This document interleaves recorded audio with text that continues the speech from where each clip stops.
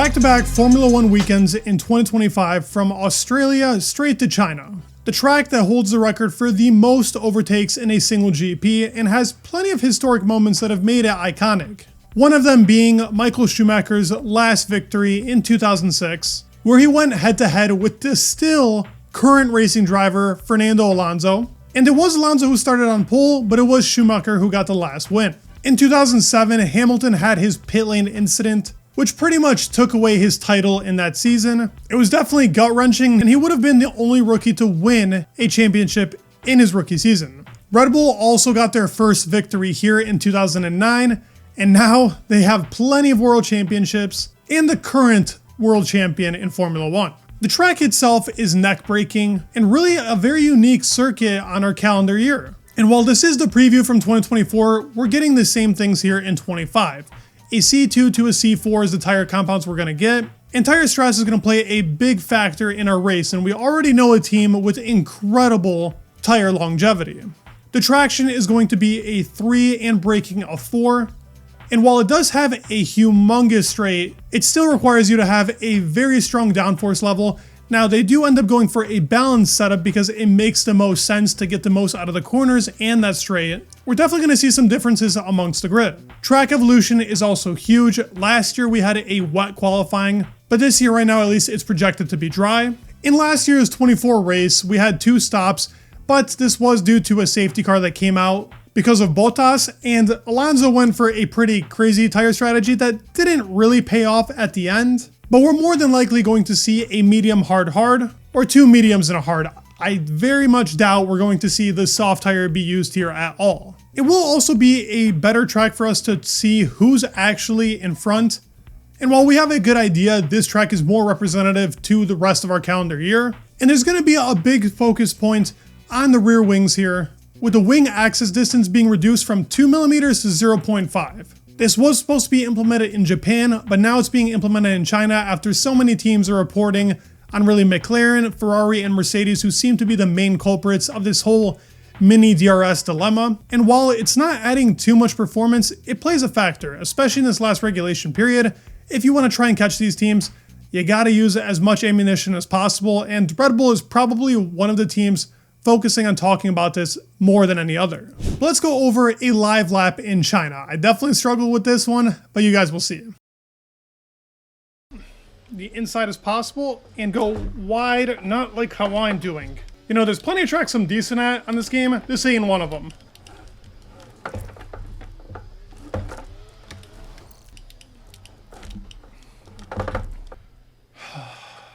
All right, lap around China. I'm getting nightmares now.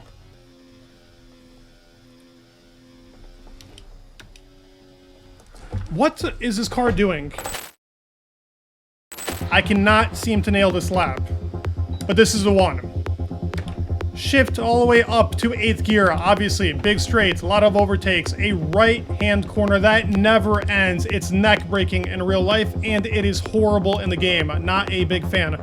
Okay, use as much of this as possible to a lot of understeer. It's gonna feel like you're driving a boat through here every single time. It is not a fun corner, in my opinion. Maybe in real life it is, not for me. Okay, at the 100-meter board, brake. Do not go wide like I just did. We can still beat the ghost. We're gonna shift all the way up to 7th.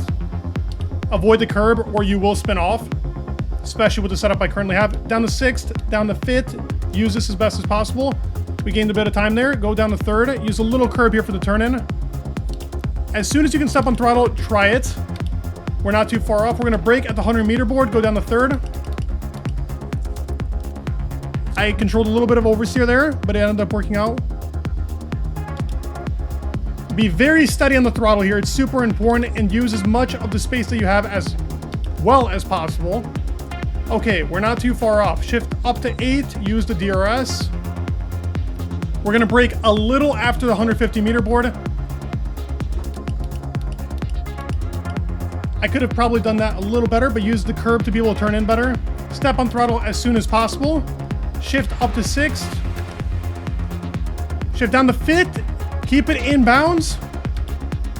And was that a better lap? Oh my God, I missed it by a 10th. That was a pretty decent lap. We will take that. This track is tough.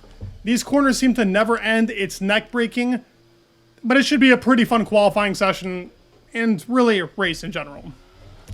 And I spun again. Now we can go over our predictions for the Chinese GP. And I think we're going to get a good one, regardless of there maybe being a top team that we'll talk about later on as we get to our top 5. We're going to go for worst drive first. And I don't want to be the one to really pick at him while he's down, but I think Isaac is going to struggle here in China. Now, he was the guy that I picked, but honestly, out of all the rookies, I could see them all having a tough time here.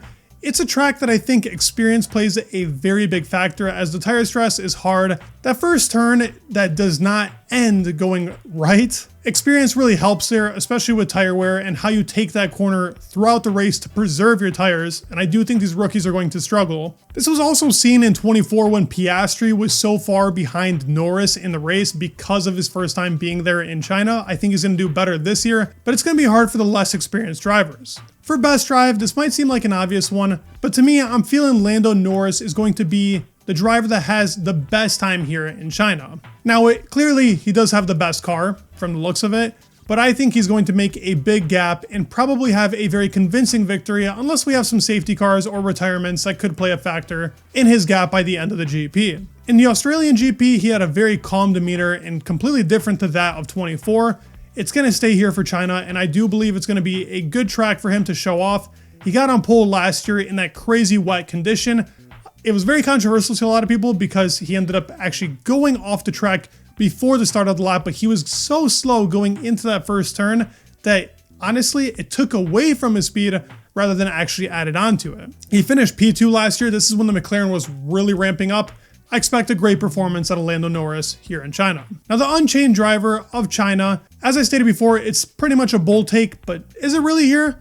I'm going to say Fernando Alonso is going to have a very good time here, and while that might not mean a podium because the car isn't quick enough for it, I expect him to do the best with the car as possible.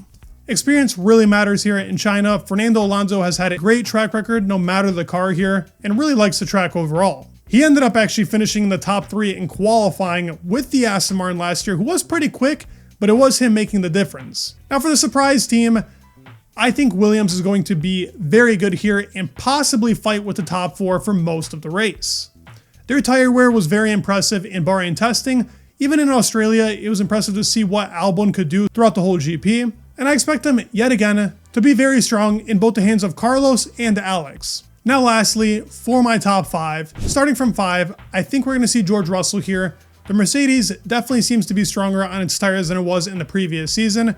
While it's hard to tell with us only having a rainy session, I do believe in the dry they're better than they were in 24, and George in P5 seems like a very reasonable area to have him in. Max Verstappen in P4, just slightly. I do think the fight between 5 to 3 is going to be very close, possibly inching up with 2 as well. But it's a tough spot to put him in. I want to throw him in 3, but something is telling me 4. And at P3, I actually got Charles Leclerc. And yes, Ferrari had a very disappointing Australia GP. Charles himself was not very good there. Even though I had him predicted as the best drive, he was far from that. Too many spins. The car just looked off-putting. There's a lot of stuff going around with the whole gearbox issues they're having. But I think what we saw, even in that Australian weekend in FP2, shows the car has pace. It just depends on the setup. So I still believe that this car can fight for a podium spot. Now, for victory, it's hard to be able to say that you can fight against Oscar or Lando, who are my top 2, and in that order as well. I think Oscar can finish in the top 2, but I think Lando will dominate the victory. Oscar will be more closer to Charles than he will to Lando. This will really prove to us whether or not Oscar has worked upon his race pace. He looked really strong in Australia.